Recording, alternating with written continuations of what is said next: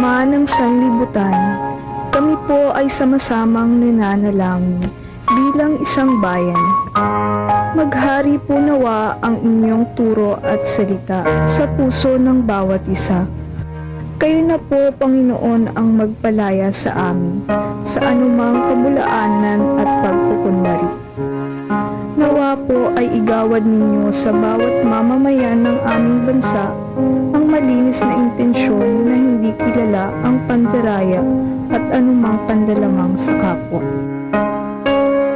Pairalin niyo po, Ama, ang hustisya at pagkakapantay-pantay, sapagkat naniniwala po kami na sa inyo lamang namin masusumpungan ang katotohanan na magpapalaya sa amin at sa minamahal naming bayan.